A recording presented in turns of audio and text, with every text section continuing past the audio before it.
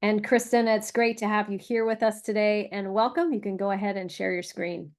Okay, let me get that going. I also need to apologize because I am in the great state of Nebraska, but all of the allergies in the world are also in this state with me right now in the springtime. So if I'm sniffly, that's why. Hopefully we'll get through this without an allergy attack, but you never know. So let me get my screen shared and we'll get going.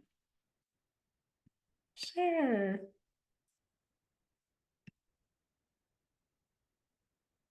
There we go.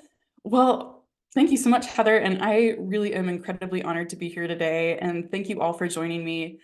I am so excited to share with you our team's approach to finding your most impactful stories. And I know Heather did my bio, but just a quick flyby. I'm Kristin Supra, and I'm a practicing therapist and a storyteller with my company, Storyfind Films. And I also had the wonderful opportunity over the last couple of years, it's been a 2-year project, to publish a book. And it is a start to finish storytelling guide called Storyfind, the Handbook for Finding and Telling Your Nonprofit's Most Impactful Stories. I think I have a copy here on my desk. Looks like this. It was released last November, so I am excited to share some highlights from the book with you today and hopefully also share some really helpful storytelling techniques. My goal is that you would find this really practical, and this is all stuff that you can take and apply in your everyday lives as well. So let's dive right in. An overview of the day, we're going to do 3 things together. We're going to talk about the power of story. We'll talk about laying a really solid foundation for great storytelling through the creation of a messaging strategy together. And last but not least, we will go on what we call at Storyfind Films a story hunt. So the power of story. I know you're all here because you know that it's important. That story, when done well, can do so many different things for your organization and the people that you serve. So if you want to move someone to act, what do? Tell a story. This just happened yesterday, but there's a cat that my friend found in San Diego, and I really want him based on the story that she told about him on her Instagram feed yesterday. So he's just a normal stray cat, but he has a backstory, and she told the backstory. And little does my husband know that that dear friend who found this cat, she just might bring him to us. But again, normal stray cat comes across my Instagram feed. I wouldn't think twice about it, but a cat with a backstory full of tragedy and overcoming. And all of a sudden, I'm wanting to bring him home and hope that he loves the cat that I currently have. So follow me on Instagram to see if he actually joins our family. We'll see. Anyway, journalist Rob Walker, he wanted to test out whether or not storytelling was the most effective resource out there. So he did this really cool study. He thrifted small items at the average cost of about $1.25 per item. So like $129 for the lot. And then he resold those same objects on eBay with stories attached to them and the item description for nearly $8,000, which is crazy. So 129 that he paid for it, put stories with them, and he sold them for $8,000. Stories heal, they unite, inspire, create change, inform. They are literally the oldest business strategy in the book. And it's our honor to use this ancient art form at Storyfind Films. So we're a film production company that works with nonprofits and ministries around the world, helping them find and tell their stories in a way that hopefully at the end of the day moves their audience to act. Okay, so to lay the foundation for today, I want to introduce you to my friend Rita. She was a student at Concordia College in Selma, Alabama, and she bravely shared her life story with us over the course of 2 hours, with the end result being this 2-minute video that I'll show you. So the project was for the school's foundation to help them raise money so that they could keep serving students like Rita. And I want to show you her video now because I'm going to reference back to Rita throughout the entirety of today. So we'll watch this first, and then we'll dive into specifics of how you can find your own Ritas. And hopefully we'll have no streaming issues with the video, but let's see if we can get it to play. I remember when I was in high school and we got ready to graduate. And I went to my counselor and she told me that I was not college material. And she said that I should take a job at the factory because I should not apply to any colleges because I would not make it. I believed her. Dr. McNair Ramsey, he was the pastor at Emmanuel Lutheran Church. And he said, hey, he said, you in college? And I said, no, sir, I never even thought about college. He said, you ever heard of Concordia? No. And he said, we're going to bring some teachers. He said, would you be interested if we brought some teachers to the church to have some classes like during the week? But sure. That's how I got interested in what education really was all about. You know, it wasn't just about books and stuff. It was about somebody caring enough and then seeing something in you and wanted you to be your best. Dr. Ramsey has been with me since the beginning. I remember when I started back to school during my last 2 years, 3 years ago, he had gotten really, really sick. And I said, I'm back in school. And he said, you know what, if it's God's will, I'll be at your graduation. And he was there. He was the first face that I saw when I walked through those doors. I can look at the kids in my classroom and tell them, it does not matter where you started. It does not matter. That does not have to be where you end up. But that's what I've learned from coming to Concordia. I did not believe in myself. Not until I started here. And I want to instill that in somebody else's child.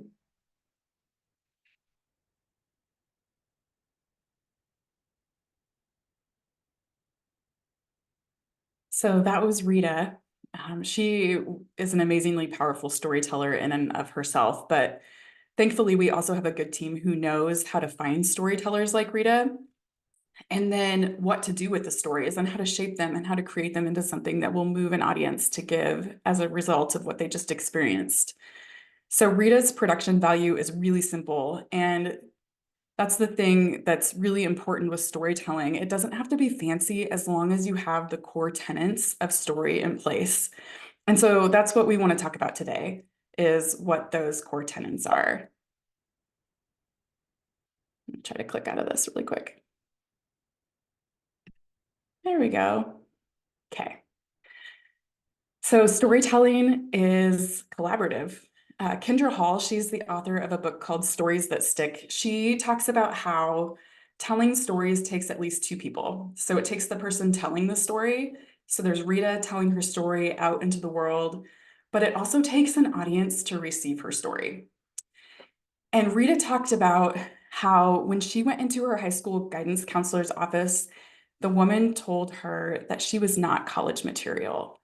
So how many of you can relate to being told that maybe you're not quite good enough? I know I can. Maybe you're just not quite up to snuff. So as Rita is sharing her story, we are overlaying our own meaning and our own shared experiences onto her story, and it becomes this really beautiful collaborative thing. And the other piece of what makes storytelling so powerful is how our minds create imagery to pair with a story. So Rita talked about how she was told to get a job at the sewing factory. And we didn't see the sewing factory, but our minds start to create imagery around it. So maybe you saw the inside of a sewing factory where she might have ended up working, or maybe you saw the outside of it. We create images that pair with the words of the storyteller. And it becomes this beautiful collaboration as we allow ourselves to become an active part of creating their worlds within our own minds. And so that's why it's such a powerful marketing and fundraising tool. Our audience's worlds become intertwined with the worlds of our storytellers. They overlay their own meaning on top of the stories, and they also actively participate in the storytelling process through that creation of their own visual world. It's the same thing that happens as you're reading a book. You're bringing the author's words to life in your own mind with images. So then at the end of the day, we ask our audience to do something as a result of what they just experienced, and they're already personally invested. Okay, so let's workshop a little bit. How do you find storytellers like Rita? Because there really is an art form that goes into finding the right voices for your purposes. It's not just luck. We didn't show up on campus and find Rita and sit her down and have her tell a great story. There were so many things that came first and so many things that you can do to find your own Ritas, essentially. So it all starts with the basics. Every time you're going to share a story with the world, start with the creation of a messaging strategy first, wherein you're going to answer 4 mission critical questions. Let me pull this up really quick. Sometimes I get talking and I forget about my slides. So the first one is, what are the goals for the story that you're telling? It's simple. What do you hope to accomplish? Why do you need to find a storyteller? Because let's be honest, sometimes stories and telling stories can be an investment. So you want to make sure that when you set out to tell a story, you're going to tell the story that's actually going to drive your audience to do something at the end of the day.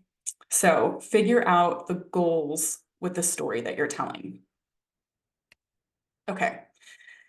The second one is something that everyone skips because it can seem a bit ambiguous, but you also want to define success. How will you know at the end of the day that the story you told was successful?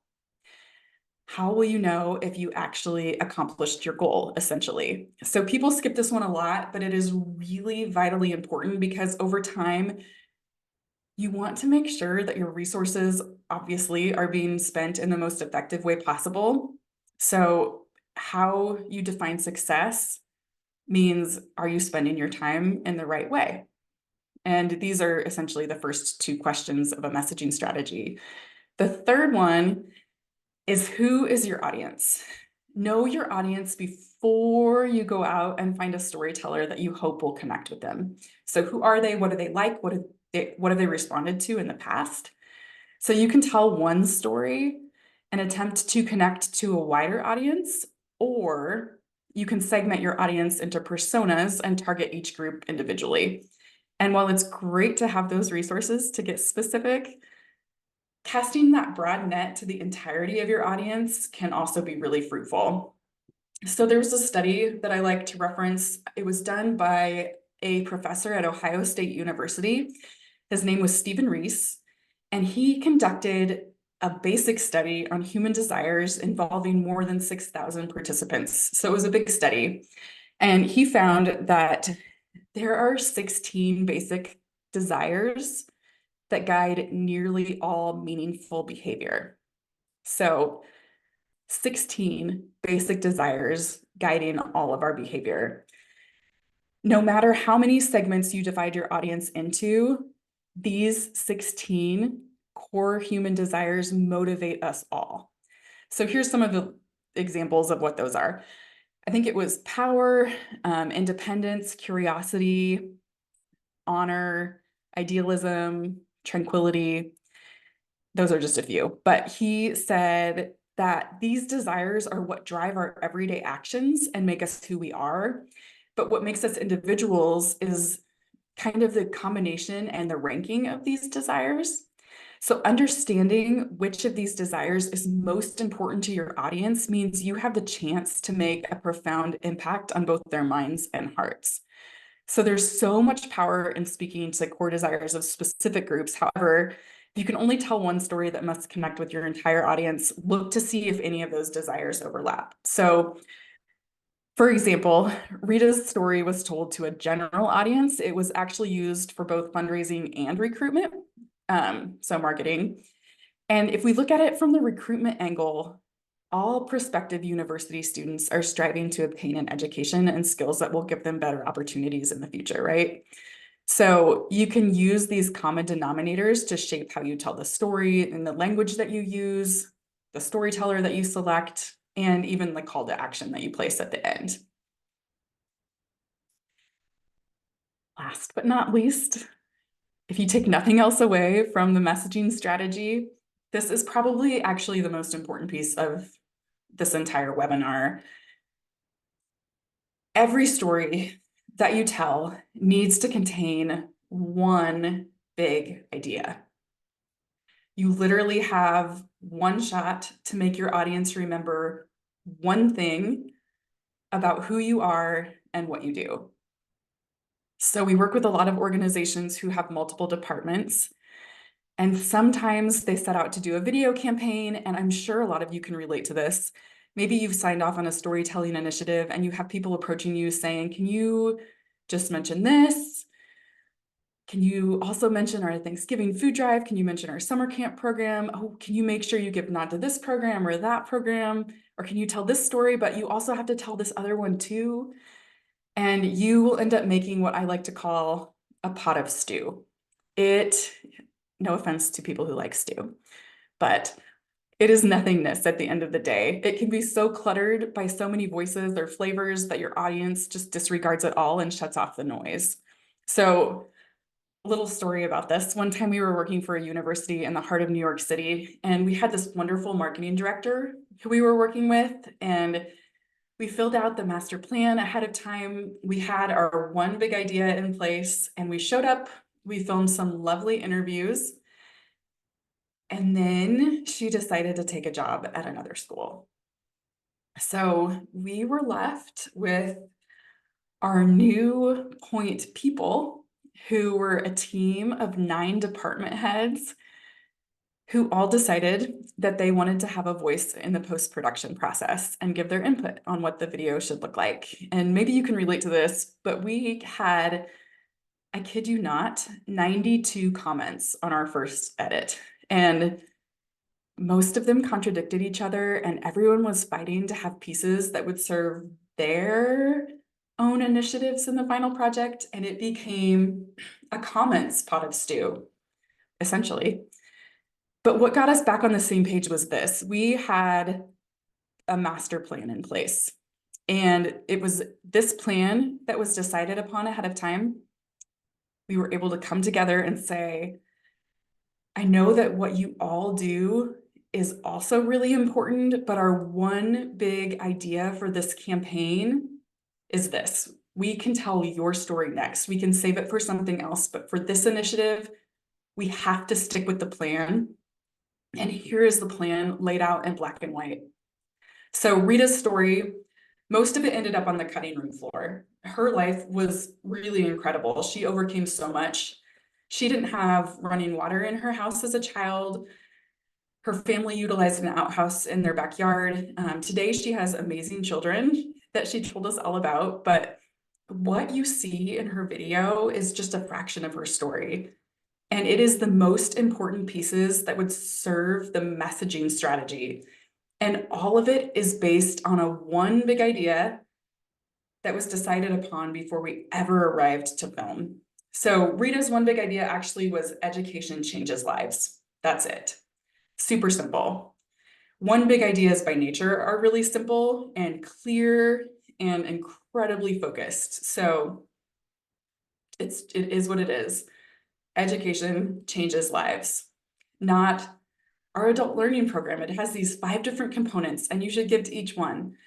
No, it's just really simple. And here's the key. I'll say it again. Define your one big idea before you find your storytellers. And then you find storytellers who support the ideas that you want to communicate. Okay. So the messaging strategy is the foundation for storytelling success. But let's talk about how to actually find those amazing storytellers. So next up, we're going to go on a story hunt, which is pretty fun, actually. And we're going to do 3 different things. We're going to learn how to make a storyteller list, conduct amazing pre-interviews, and finally select your storyteller. So we'll look at each one of these kind of systematically, and then we'll break down each one of them as well. So let's dive into number one, creating a list. So creating a list all really starts with building a culture or a mindset, if you're out there on your own as a Lone Ranger, of storytelling within your organization. So one of our clients does this really well. I mentioned them at the beginning that we work with an organization called Conquer Cancer. So they are essentially the fundraising arm for the American Society of Clinical Oncologists. And what they do is really simple. They fund cancer research. So here's Conquer Cancer over here. And here's the oncologists in the middle. And over here are the stories that Conquer Cancer really wants to tell, which are the patient stories, the people whose lives that have actually been impacted by the cancer research. So Conquer as an organization has done just a phenomenal job of laying the groundwork with these oncologists who sit in the middle. Sorry, I hit the mic. I hope that wasn't too loud. With the oncologists who sit in the middle. And so Conquer coaches them.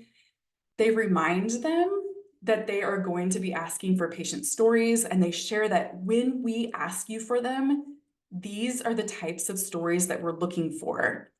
So by the time Conquer needs a story for a specific initiative, those oncologists are really ready to supply patient names. So when creating a list of potential storytellers, these four things are the pillars of what we look for in creating that list. So first up, we tell people to look for people who trust you. And this is critically important. So my background is as a mental health therapist, and a lot of my work is centered on trauma-informed storytelling and taking great care of the people that we put on camera, because we often work with people who have really difficult stories to tell. We are looking for people who will be empowered or proud of the sharing of their story and not re-victimized. So you have to find storytellers who deeply trust your organization and who believe that you will take great care of them at the end of the day. So we say, first and foremost, don't share someone's story if you don't believe that they trust you. They have to implicitly trust you. Next, you're gonna look for people who can demonstrate vulnerability. The struggle is the story. So you have to be willing to go with people to those hard places of their story, and they have to be willing to go to the hard places of their story with you and for you. So lots of times when a story isn't successful, it is solely because the storyteller was not able or willing to be vulnerable. Your audience needs to be able to relate. So remember, they need to be able to overlay their own meaning onto the story, that collaboration we talked about earlier. And so that means that people have to be willing to share emotions that other people can connect with. So vulnerability is hugely important as you're looking for people to put on your list of potential storytellers. Next, this is kind of a sister one, but look for people who can display emotion. And this doesn't have to be like Rita, who was in tears their whole video. They just have to be able to make an emotional, real connection with your audience. So whether that's joy or laughter or tears or pride, whatever that emotion is, you want to make sure that you're finding people who can let their walls down. That's the vulnerability piece, and share that emotion with the world. And then finally, and this is the most important one as you're making your list of potential storytellers, if you're interacting with people, if your team is interacting with people, if your Conquer Cancer and your oncologists are interacting with people, and they think, I bet there's more to this person's story, your audience is going to think that too. So think about people who you are curious about, and they are going to be your best storytellers at the end of the day. So this is the criteria that you can take and arm yourself with as you're looking for people to tell your stories. or you can arm other people with as they're looking for storytellers on your behalf. And you can start adding anyone and everyone who you think could be a good fit to your list of storytellers. Okay, so now that you have your list made, you're going to conduct discovery interviews with every single person you're considering using as a storyteller. This is my favorite part of our whole process, so I get excited just even talking about it. But discovery interviews are long, open-ended, and they do not go too deep emotionally with people. They help you uncover a lot of valuable facts and information about your storytellers. So reach out to your initial list of storytellers that you've made. Ask if you can hear their stories. Managing expectations of how someone's story might be used is tremendously important, and I always get asked questions about this at this point in the presentation. But instead of mentioning a specific project or initiative that you're working on, say you're reaching out to gather stories for a newsletter, we just say, we are reaching out to gather stories of impact from our organization, and we would like to hear your story. Would you be willing to share? So this allows you the freedom to simply listen without wondering if you're going to hurt their feelings if you decide to go in a different direction. So it's story gathering. How they work. So set aside an hour for a discovery interview and plan to record them if at all possible. Also, if possible, meet in person. And if you're able to record it using video. So you can record using the audio alone, but you really will miss out on some nonverbal body language that will help you shape your story. So I understand that these days too, meeting face-to-face really is a luxury. So recording a video session through an online platform like Zoom works really well as well. And it's just as effective. So you can also do that. That's actually how we conduct most of our discovery interviews these days, is via Zoom. But let's break it down. So step one, schedule discovery interviews with every name on your storyteller list. Set expectations with your potential storytellers by telling them you're just gathering stories of impact. Don't go out and say that you're looking for a story for a newsletter or a social media post, because people's feelings do get hurt. We have had that happen so many times over the years. Simply say, we're gathering stories. Would you be open to sharing how our organization has had an impact on your life? And then discovery interviews are really an amazing thing, because you get to discover so many great things, not only about your storyteller, but also about the work you're doing, which is really, really cool. So as you conduct discovery interviews, you will learn several things. First and foremost, you'll learn what is the person's story. Sometimes a story has been told and retold time and time again, and by the time it reaches you, it might be a little different than what it actually is.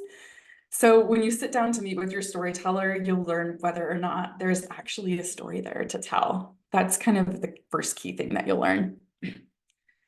The next most important piece is you'll learn whether or not someone's story aligns with your master plan. So when we went to Concordia College, for example, there were so many amazing stories that we found through our discovery process, but they didn't necessarily fit with that one big idea that education changes lives. So as much as you might want to follow those stories and tell them anyway, put them on a shelf for later use. So you'll still be able to use them, just in a different way. Make sure that you stay true to what you set out to do in the first place. So how does someone's story align with your messaging strategy, your master plan? I'm gonna clear my throat really quick from my allergies. I apologize. Okay. Click. Next, you'll also learn if people can be emotionally vulnerable. So in discovery interviews, we always say that we're looking for hints of emotion, but we're not taking people down all the way into it. So you only get kind of one shot at that raw emotion. And I'll show you a snippet of Rita's discovery interview in just a minute. She's emotional, but she's not like she was on production day. So we're learning and discovering whether or not people are willing to go to those hard places, but we're not necessarily taking them all the way down into them, if that makes sense. And finally, the last most important piece. So you are looking for people who have unique details to their story that an audience will remember. So people still talk to us about Rita's story. It's old. And sometimes years later, I'll have people come up to me and say, I remember Rita's story. I remember that sewing factory. I remember how that person, her mentor, came to her graduation. That stayed with me. So look for unique details that an audience can hold on to in your storytellers. And that's what you'll walk away from your discovery interviews with, all of those amazing things that will ensure that your storytelling efforts are successful. Okay. So let's look at some discovery interview questions. They are really broad and they're different from questions you would use in an actual interview as you're gathering a story because the goal is different. So with discovery interviews, the goal is in the name. Discovery, discovery, discovery. You want to see what's out there, essentially. So I'm just going to click them all on really quick. Okay. So you can ask, tell me your story in its broadest sense, and this will get people talking, and you can learn what they see as most important in their story.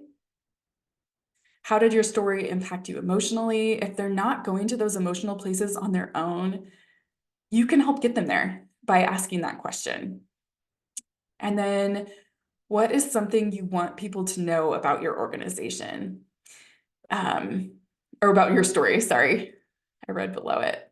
This question is key for getting those unique details that we talked about earlier because it gets beneath the surface of what events occurred and it gets into the heart of things, honestly. And then don't forget to ask how you helped or how your organization helped, what it would have been like for them if you hadn't been there. And what does your journey mean to you? So this is the last question. And I ask this in every discovery interview. And I actually ask this in every single actual interview because it is really what will wrap up your whole story. It will give it meaning and closure and hope. So it will be the why to the what. And you will get some of your most profound sentences with the asking of this question. So I said this earlier, but I want to reiterate that we always film our discovery interviews. They're usually done via Zoom these days, and the recordings are what will help you shape your story structure, and they'll help you know what emotions to touch on in the interview later. So often, this is really cool. As you can watch back through your discovery interviews, you will see places where people are emotional that you didn't catch in the moment. And you can draw those places, those emotional places out during your actual interviews. And it just becomes, the discovery interviews just become this wealth of, I don't even know the word. There's just a wealth of like information that you can use to make sure that the stories that you're actually telling do something for you at the end of the day. Okay, so you've created your list and you have a list of names of people who you think might be great. And you've gone out into the world, you've conducted your discovery interviews with them.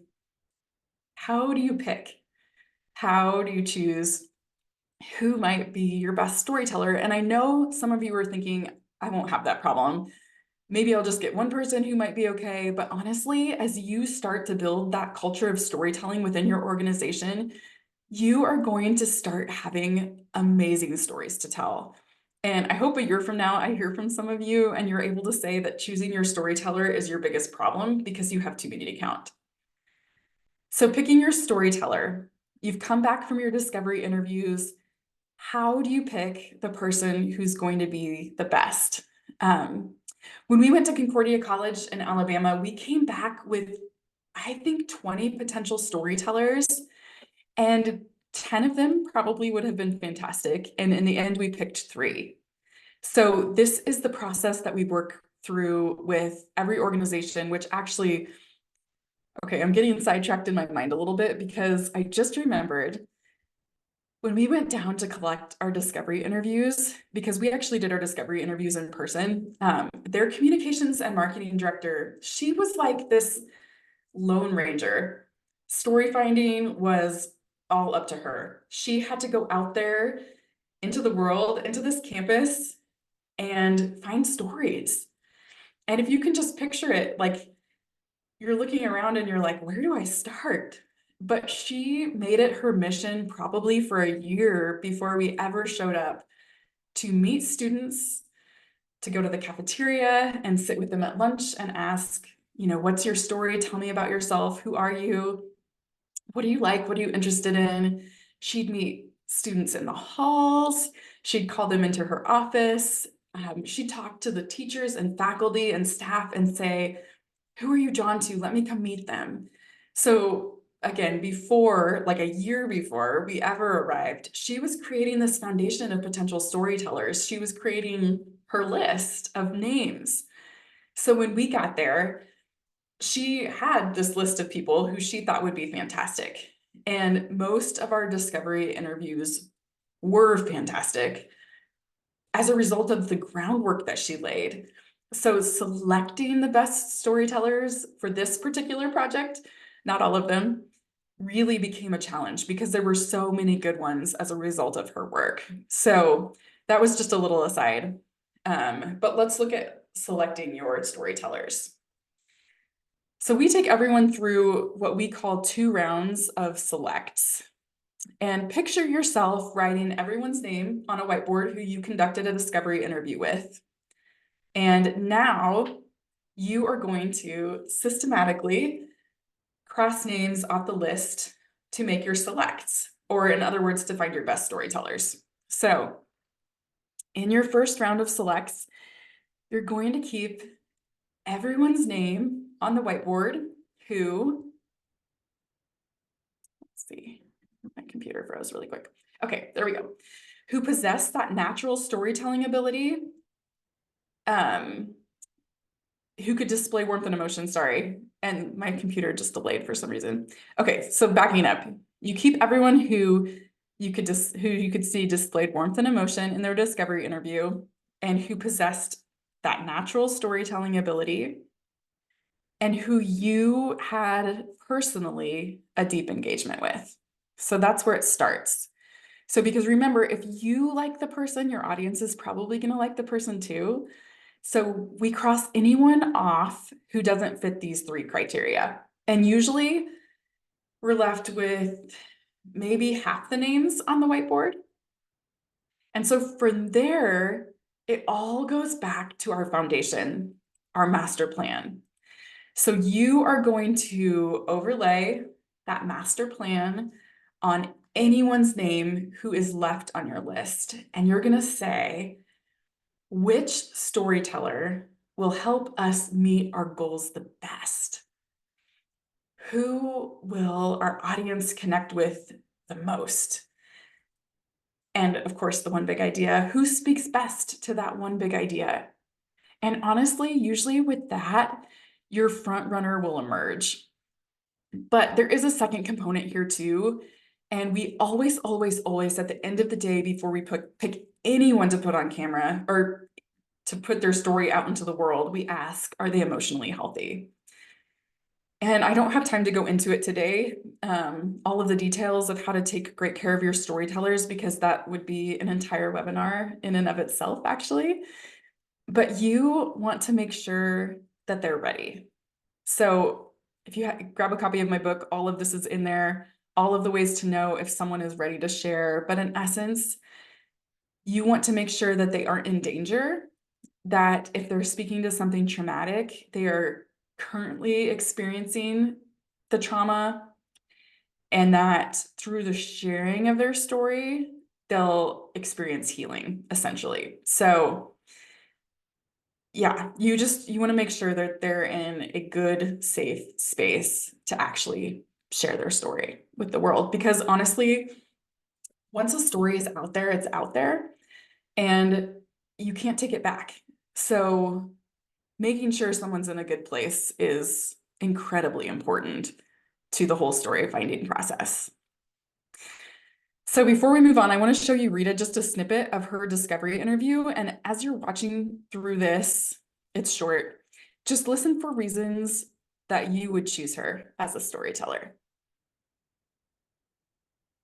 So yeah, college wasn't, on your, in your I eyes. was told in high school that I should not consider college by my counselor. There was a sewing factory in Monrovia, Vanderbilt. Okay. And my counselor told me to consider working at Vanderbilt and not consider going to college, even though I graduated in the top 10% of the class. There was not the encouragement there. So that's what I did when I graduated high school. Went to work at the sewing plant.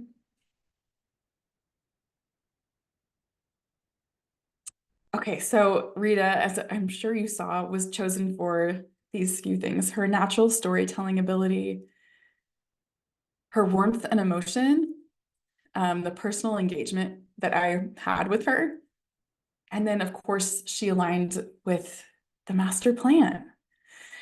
I do want to tell you a fun story about Rita though. So we ventured back down to Selma, Alabama a second time with our production crew after she was selected to be one of the storytellers for this campaign. And we set up to film in the beautiful historical chapel that you saw at the beginning in her video. And it was right before sunset. So we had like magical light pouring in through the windows and you could see like the ancient dust in the air. And we waited and we waited and we waited and Rita didn't come. And that brilliant communications director, our Lone Ranger, who laid the groundwork with all of the students and who had built the trust with Rita, she called her and said, Rita, I think it's so important for you to be here. You don't have to do it, but I think you're just going to be propelled ahead on your own journey if you're willing to share your story. And we don't even have to use it at the end of the day if you say not to, but would you be willing to come if we tried again tomorrow? And Rita said, okay. So we set up again the next day, and thank you to this resourceful communications director. She drove to the school where Rita taught and she waited for Rita to come out. And then she followed her to her house and she parked her car behind Rita's in the driveway. And this is terrible. I would never do this, but I'm so glad that she did. And Rita went inside and changed her clothes, came back out, and she was escorted to set by, once again, the resourceful communications director. And we sat together for about 15 minutes ahead of time. Before we dove into the actual interview, we prayed together. We were making sure that she was really ready to tell her story because she was basically kidnapped and brought to set. And she said she was, and she would give it a try. And we assured her that she would be able to speak into it at the end of the day with whether or not her story actually went out into the world, but she wanted to give it a shot. And we were so proud of her. And she was so proud of herself. And she remained a good friend for several years after this. But I'm including this clip not for myself, but I want you guys to see that your storytellers want to share their stories. Sometimes it can be really hard for them, but at the end of the day, the sharing of stories gives them so much meaning and purpose and can be so, so healing. So I'm going to show you this clip really quick. Thank you. You don't know what you've done. You don't know what you've done for me. You just don't know. Well, thank you. Yeah. You white people, I tell you. Oh, gosh. I'll just pull stuff out of people.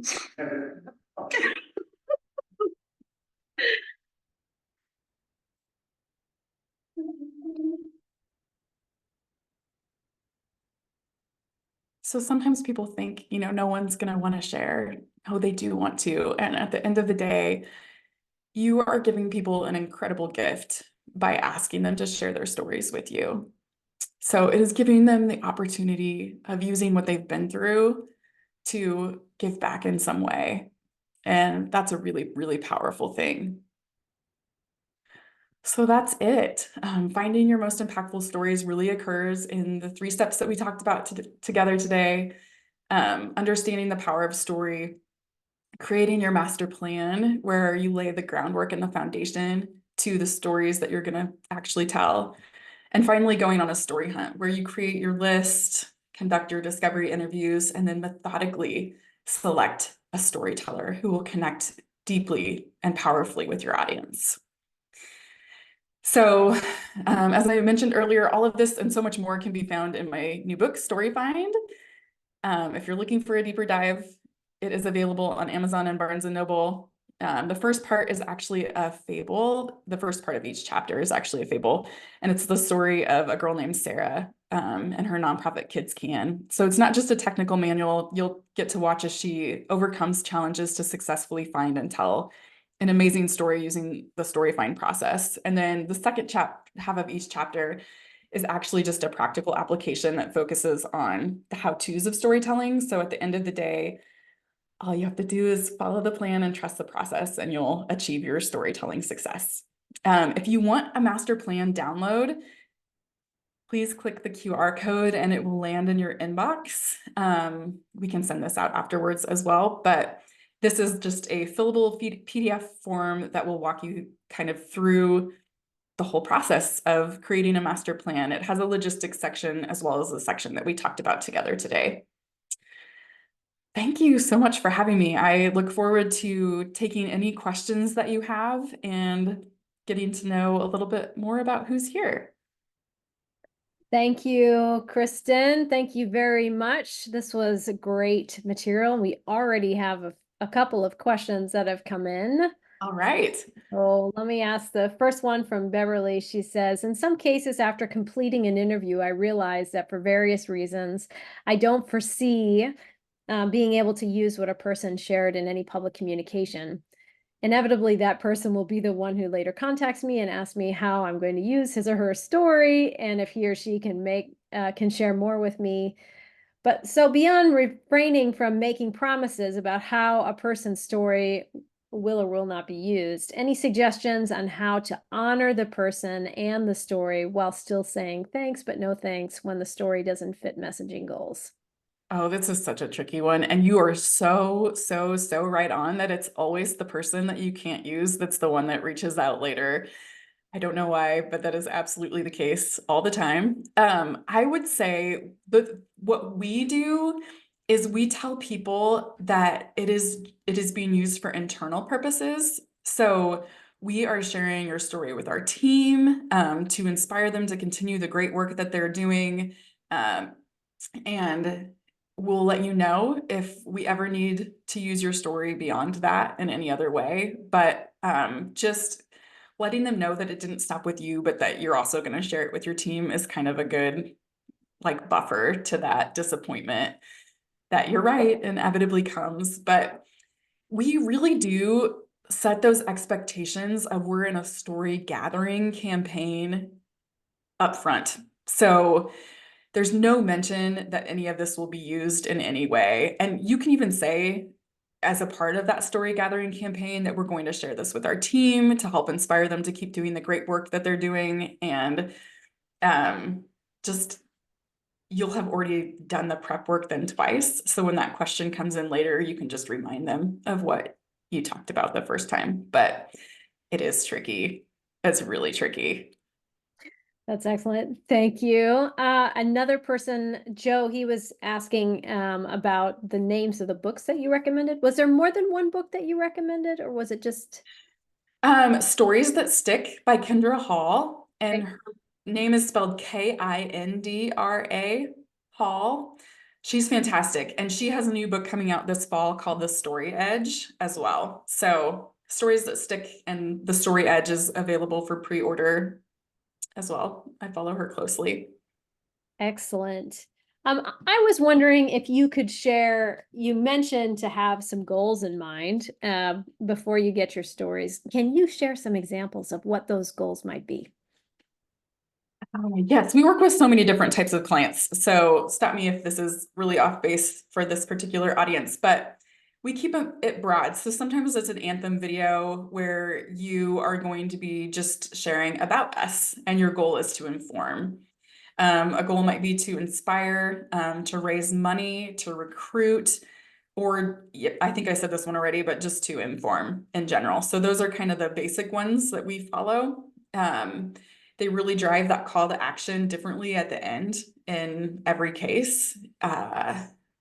If we are doing a fundraising video, for example, we will work to make sure that there is one clear action item at the end of the video or at the end of the story that we're telling that an audience can barrier-free act on in the moment. Because if they walk away from your story without having done anything, you're probably going to lose them in terms of engagement. So they have to have just one clear thing that they can do in the moment to act or react to what they just saw.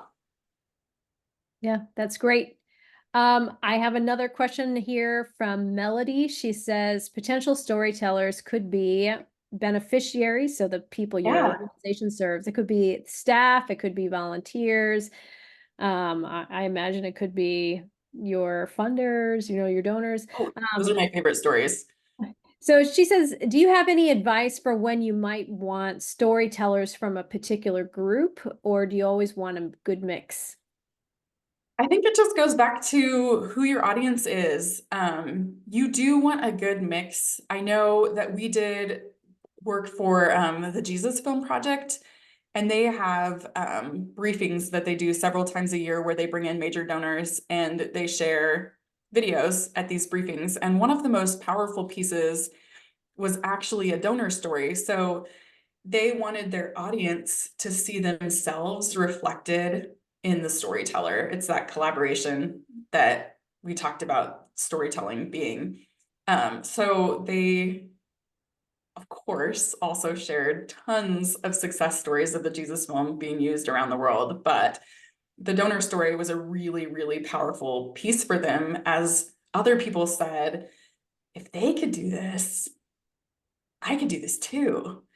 Or if they could see themselves reflected in pieces of that person's story, it wasn't such a foreign concept for them to begin to give because someone else like them was already doing it. So I like to have a good mix and not leave out those donor stories because they can be incredibly powerful. And they're not always for a general audience, but if you have people that you can share them with that are like the donors that you're featuring, it can be really powerful. That's great. Brian has a question. He says, what are some practical tools that you use to keep track of all of your stories, especially during the discovery stage? Such a good question. We are actually building an app right now called the Story Vault, because you are not alone in your challenges, I'm assuming, of organizing story information. Right now, what we do with our clients is have them use Google Drive, and we organize it into folders based on each project and potential storytellers within the projects folder. So that is what we've found the best way to organize everything. You can upload your videos right to those folders as well and keep everything in one place.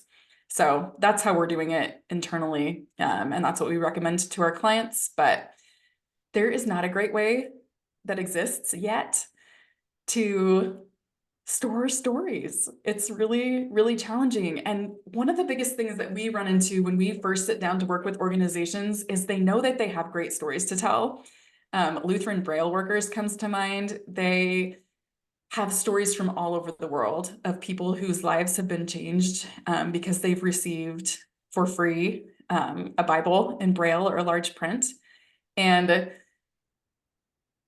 they know the stories are there, but maybe they've come in via email, maybe they were posted on social media, they get cards and letters, and they're just all over the place. So I think finding a storage system is key to maintaining that really good list of storytellers. So 10 years into working with Lutheran Braille workers, they now have like an amazing system in Drive that they use to store all of the storytellers that come in, whether it's a comment on social media that might seem like nothing in the moment, but there's a comment from social media that's becoming their campaign video for this year. Just because they had it stored someplace, and as someone was going back through and looking at it, they were able to pull it out as someone who might be a great potential storyteller. So we recommend Drive. I think it works great. I have another question here from Dallas Sims, and he's asking, for organizations with a small budget, do you have any quick suggestions for an actual recording production piece for making storytelling videos? Like in terms of equipment that you would Yeah, use, I think so. Yep. I would just use your phone and a little microphone that attaches to it. Find some great natural lighting in a place that's quiet and in an environment that you can control as much as possible, and hit record. Excellent. Just another question, just a follow up back again to your 4 things. Well, the last one was your one big idea, right? So give me an example of like with Rita's story, can you boil down what was the one big idea that you wanted people to come away from? So Rita's one big idea was education changes lives. Okay. So as you're watching through the video, you didn't know what program she went through at the school necessarily. You're not hearing about the great dining facilities or where she stayed on campus, but you're hearing the undercurrent that education will change your life, or has the power to change lives. And that is what we edited the whole thing down with as well in mind, because I think I said this earlier, but her whole interview it was more than an hour. It might have been closer to 2 hours long. And that final video is 2 minutes. So everything that stayed had to serve that one big idea, and everything that didn't serve it needed to be cut, because we wanted the audience to be incredibly focused that her life was changed because she was able to receive education. And now she's instilling that in the kids that she serves as an educator. So hope that answered the question. Yeah, excellent. That's great. We don't have any other questions. Is there anything else that you want to share with us as we wrap up? I just want to encourage you all that storytelling on your own is really, really possible. You don't have to hire a company like us to come in and do it. You can do this on your own. And if you can follow the steps and trust the process, like, you really will achieve storytelling success, and lives will be changed, and your audience will be more deeply engaged as a result of those stories that you're telling. So get out there and do it. You can. Awesome. Thank you very much. Why don't we go ahead and end the recording now?